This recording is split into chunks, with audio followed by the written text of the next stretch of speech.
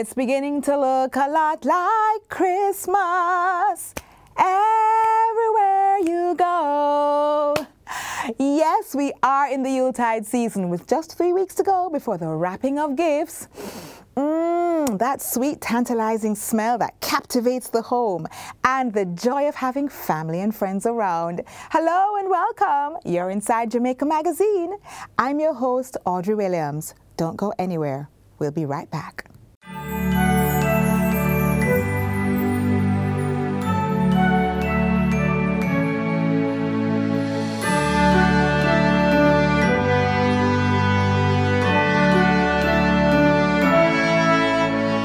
What is expungement? How much do you know about it? On Get the Facts this week, we bring you up to speed on all you need to know and more.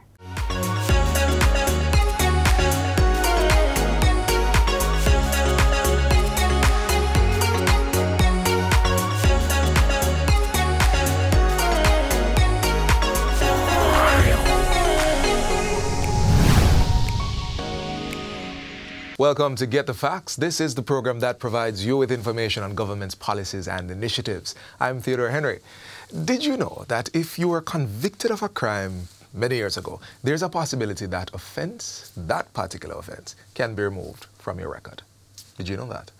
Expungement is one of the services the Ministry of Justice offers, and that facilitates this process.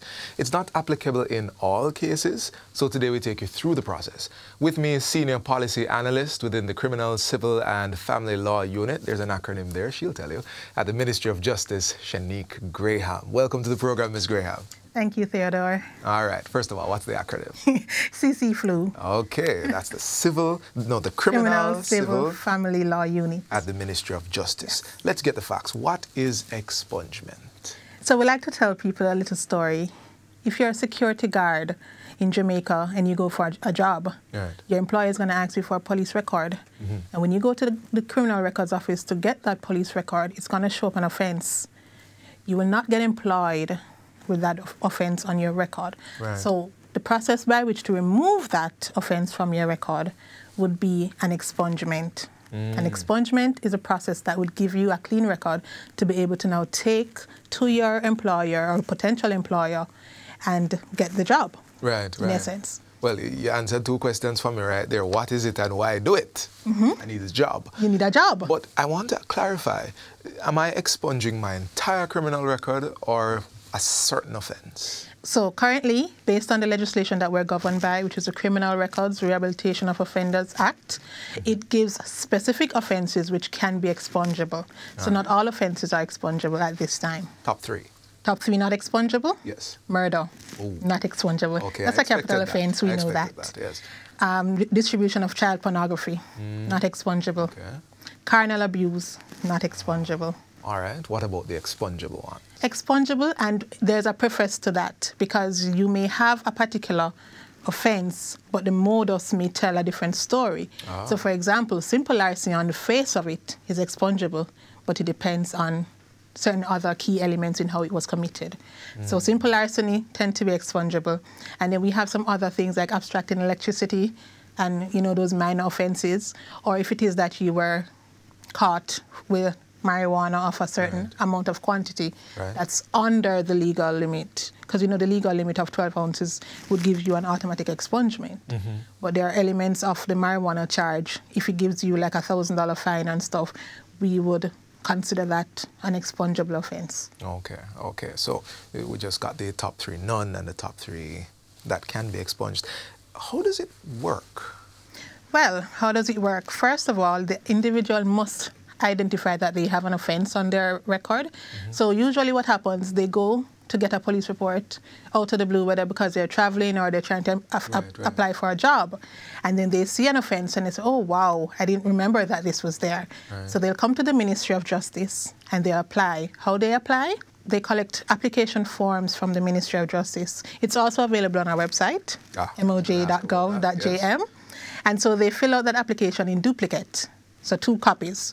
They have to get 2 recommendations, you know, the standard from a JP, Minister of Religion, Superintendent of Police, and so on, right, who can attest that the person has now been reformed and is now a positive member of society, as well as they have to go to the tax office to pay for an expungement, which is 3,000 Jamaican dollars. And that's a standard fee? That's a standard fee now until such time. Right, okay. And they take that receipt to the Criminal Records Office if they're in Kingston, Summit Police Station if they're in St. James, and there are some other locations outside of the corporate area. And that receipt will allow them to take a fingerprint impression. And that fingerprint impression will allow this Criminal Records Office to check against the database for all the offences that the person has. Once they complete all of that, they take the complete package to the Ministry of Justice, 61 Constant Spring Road. That's interesting that you just mentioned all the offences the person has. Does that factor into my eligibility for expungement? So it depends. There are really only 2 criteria. 1, the person must have had an offence that's deemed expungible, right, which we discussed earlier. And 2, the person must not have committed another offence within the rehabilitation period.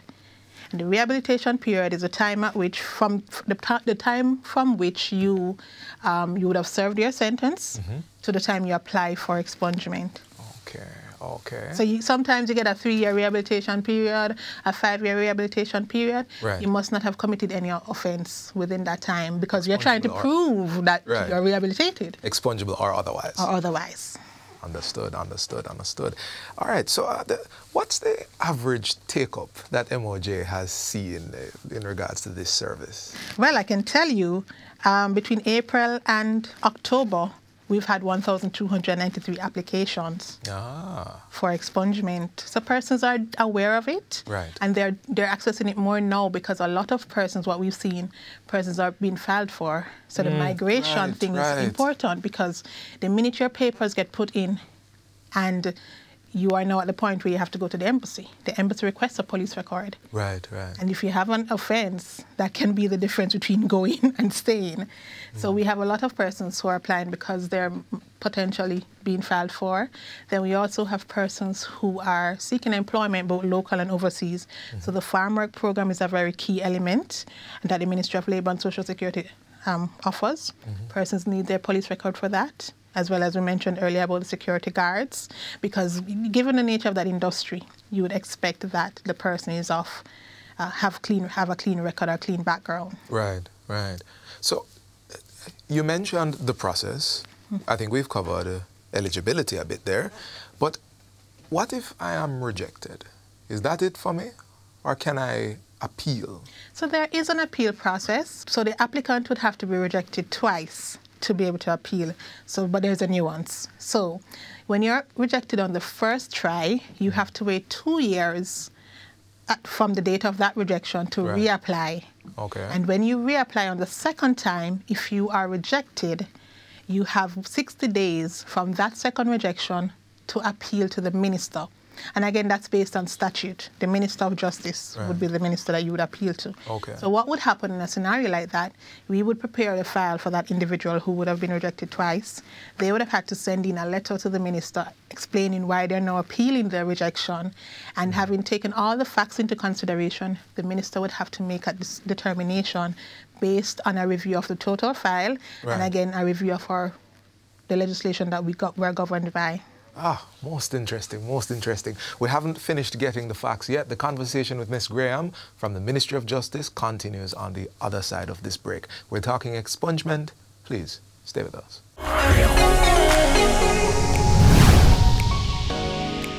Crime and violence is infecting our youth. We must work together to rescue them from the gangs, engage them in productive activities, and safeguard Jamaica's future.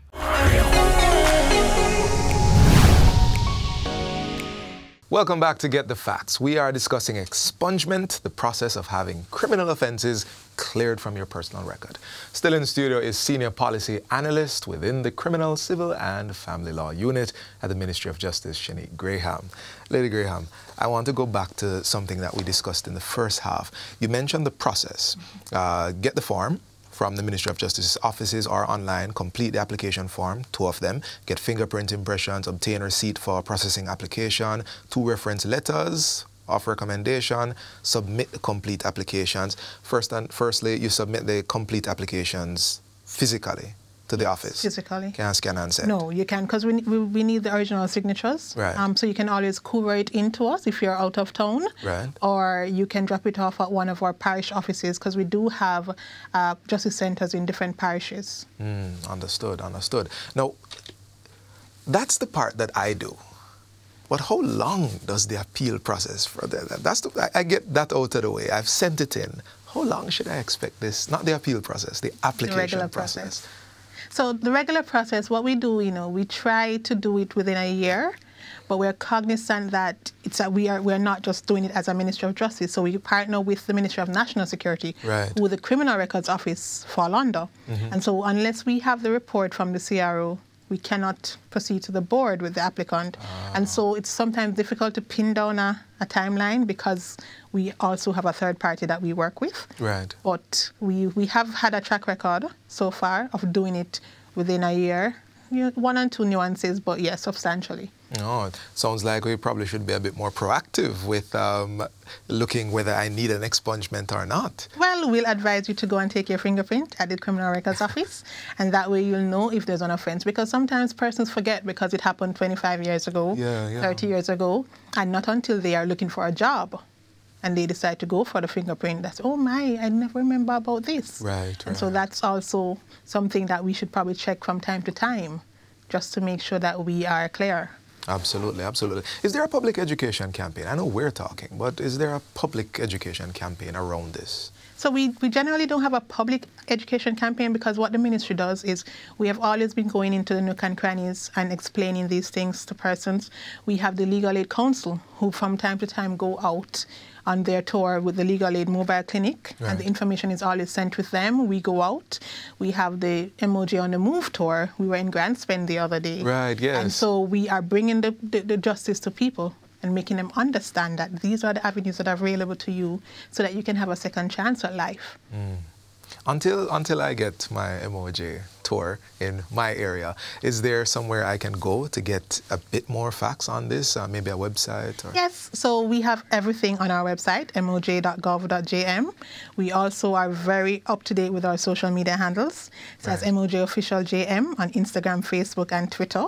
I can ask you questions? Yes, you can ask us questions. There's someone there that will respond within 48 hours. Yes. And we also have an expungement WhatsApp group. And that WhatsApp, we will offer your responses within 24 to 48 hours. So that expungement line is 851-3287.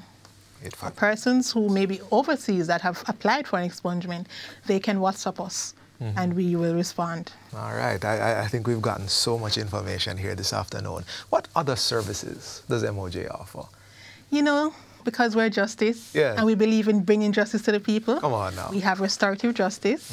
We have the Victim Services Division, who provide services to persons who would have been in conflict and, they want to work out their situation. Right. We have child diversion, and that is aimed at steering children away from the formal justice system. So if you have, in Jamaica we say you have a bad pitney, and them not listen, and them giving trouble, you can reach out to us, and there's some engagement that can happen. Understood. All right, and all of these services, I expect, we can come in contact with them, perhaps even find the contact information on the Ministry of Justice. On the Ministry of Justice, and there's Legal Aid, and you are aware of the Legal Aid Clinic. We go mobile, so if persons are not able to afford the fee to go to the Legal Aid Council, there's a mobile clinic where we go out to the country areas, the rural areas, just to make sure persons have access, because we're all about increasing access to justice services. To justice services. Understood. Lady Graham, justice, but in particular expungement. There are many people who are watching today who perhaps are thinking about this for the first time, and perhaps are also thinking that they couldn't move beyond this thing. What would you have to say to them? Well, what I'll say is, apply for expungement, because you never know. It can be the difference between a fresh start or a do-over at life, because at the end of the day, you are not your mistake. And we recognize that, and that's why the Ministry of Justice is on a drive to give people that second chance so they can be productive members of society. So you can get your employment, you can seek your migration, you can go on the farm work program, the hotel program, because we're not about restricting persons. We're about giving persons a second chance to provide for their families and to provide for their country, Jamaica. Yes, yes, yes. Thank you so much for that. And of course, you can find out about all those other services that Lady Graham mentioned that the Ministry of Justice provides to give people justice and restitution. So for more information on expungement, you may contact the Criminal, Civil and Family Law Unit. I love the acronym. CC-FLU. There you go. You can contact that unit within the Ministry of Justice. The number, again, is 876-906-4923 or visit their website at moj.gov.jm. This has been Get the Facts. Our guest has been Senior Policy Analyst within the Criminal, Civil and Family Law Unit at the Ministry of Justice, Shanique Graham. Thank you for watching, and until next time, I'm Theodore Henry. Take good care.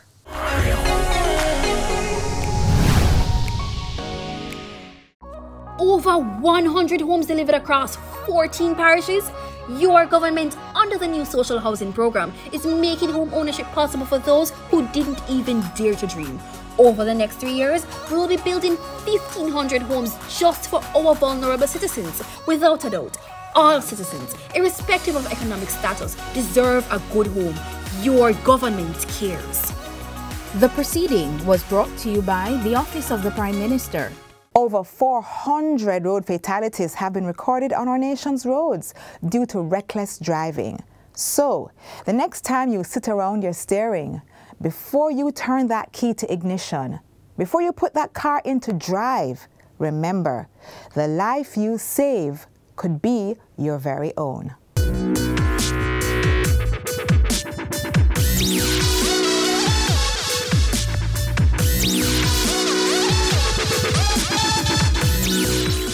We have a disaster that is of real concern. A man-made disaster which is out of indiscipline, ignorance, and disregard for the rules of the country. We are paying a severe price for this level of indiscipline that has taken over our roads. We are losing lives, young men, and right around the country, we are seeing this increase in fatalities and accidents on our roads. And I believe that as a country, we need to recognize what is happening. There are a number of things that we can do. I heard a gentleman said that he was encouraging persons not to take a taxi that has more than the required amount of passengers. And he said that he was lambasted. People cuss him out. There are things that we can do by not supporting the indiscipline of some of our drivers. And some of the same passengers will say to the driver, where you do go around and a man, say the man, they are going to leave you. And I believe this is something that as Jamaicans, we need to pay serious attention to. And it's not what the government is doing. Government alone can't do it. We need the support of every single Jamaican. When the new Road Traffic Act comes into effect, I'm hoping that I won't hear people saying that is only poor people the law was made for. Many who have died on our roads are not poor. Let us not get carried away. Let us not be overcome by the culture of earning $1. So a taxi man would drive on the wrong side of the road with a car full of passengers, including children.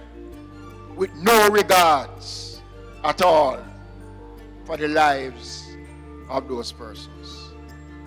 In the same way in which we use social media and other forms of information to be critical and raise concerns about issues, let us start a campaign in this country about the carnage on our roads and what we as Jamaicans can do and is prepared to do.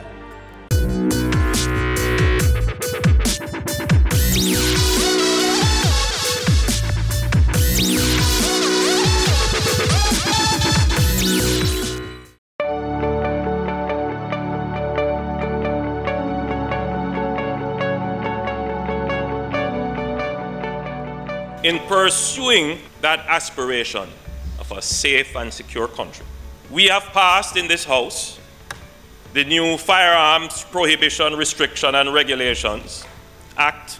We call it the new Firearms Act, and it is now in force. It is a key feature of the response to the current threat level. We have put in place a gun amnesty, which was introduced, came into effect on the 5th of November and ran for a period of 2 weeks, which expired on the 19th of November. But even while the amnesty was ongoing, the security forces within that 2-week period recovered 22 illegal firearms. It is unfortunate that a 15-year-old was among those who were caught in possession of an illegal firearm. That 15-year-old was in the company of a 23-year-old. These are some of the harsh consequences that the society has to face. We have to address it, because even though we all want to ensure that our young people are protected, the facts are that our young males in particular have been sucked into a gun culture. I am sorry for him, and I wish that he did not have to face this fate. But we have to put our feet down firmly. Let that 15-year-old be an example for the thousands of young 15-year-old young men who are contemplating getting an illegal gun, using an illegal gun, locking an illegal gun. This law will save thousands of young Jamaicans.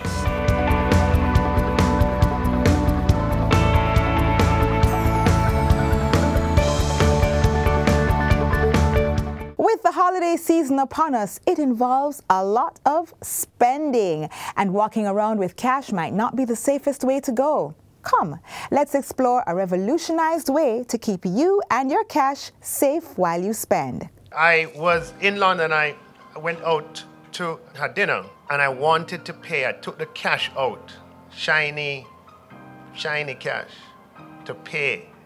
And they said to me the most polite King's English, "I'm sorry, we do not accept cash." Later that evening, after my work was done, I went to see the Bob Marley musical. I went to buy a souvenir after the show. Very excited, wanted to carry something I could take home. And how much for it? Oh, £5. I can afford that. Take out my cash to pay. I am sorry, we do not accept cash. Cash is just not, it's just on its way out.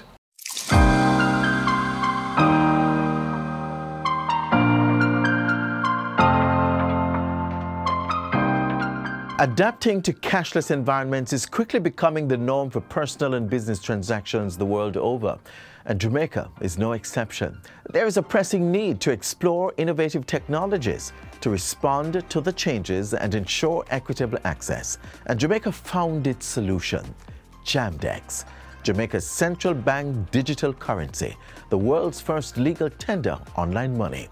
Jamdex provides a safe, efficient, and convenient way to pay for goods and services digitally. We are working to put in place the enabling framework to make digital payments and digital transactions a reality. Why? Because the digital economy is the future.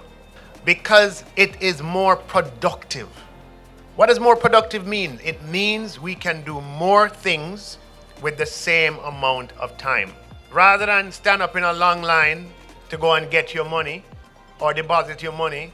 You just access it on your phone or through some other channel. So because of the productivity gains of digital, it becomes less costly. The digital space also allows for us to include more people in the economy. There was a time when we thought of this transition as just Amazon buy and sell. But the digital revolution is much more than that. The digital revolution 20 years later, 25 years later, has become a space, a separate space that we inhabit.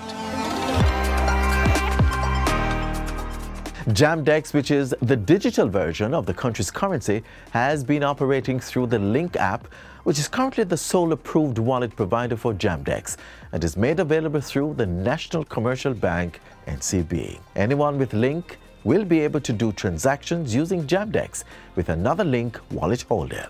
Jamdex allows 24/7 movement between the wallets. So if you have a Link wallet or you have a wallet at another financial institutions, through Jamdex, you can move value from Link to the others.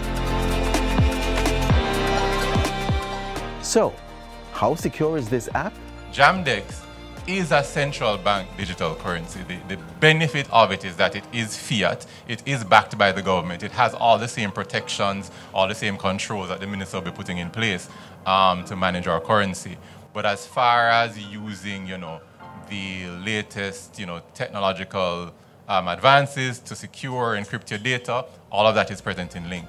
Another thing we take very seriously is, managing your identity. So we put in all the same techniques there as well. We're using artificial intelligence to match your face against the document. We're checking your document against the government databases where available to make sure that the person who is signing up is the person who really should be using the wallet. Jamaica's digital wallet solution has launched their newest feature, the ABM Cash In, Cash Out system.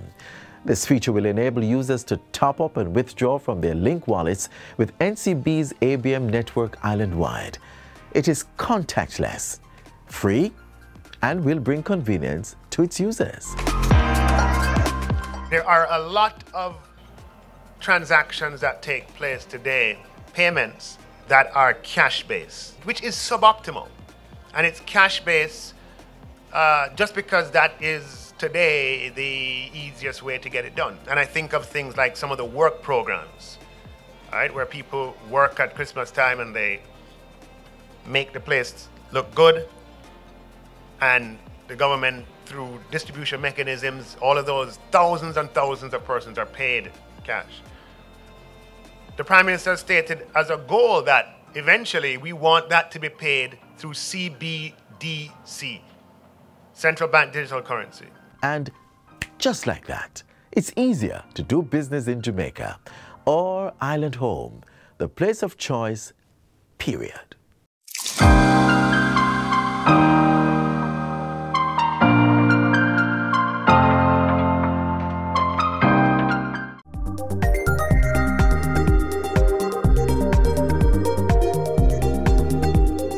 We've come to the end of today's show, but to re-watch today's offering or other content like this, visit our website, jis.gov.jm. Be sure to join us tomorrow on this same station for another exciting installment of Jamaica Magazine. From all of us here at the JIS, have yourself a wonderful Sunday. I'm Audrey Williams. See you next time. This has been a production of the Jamaica Information Service, the voice of Jamaica.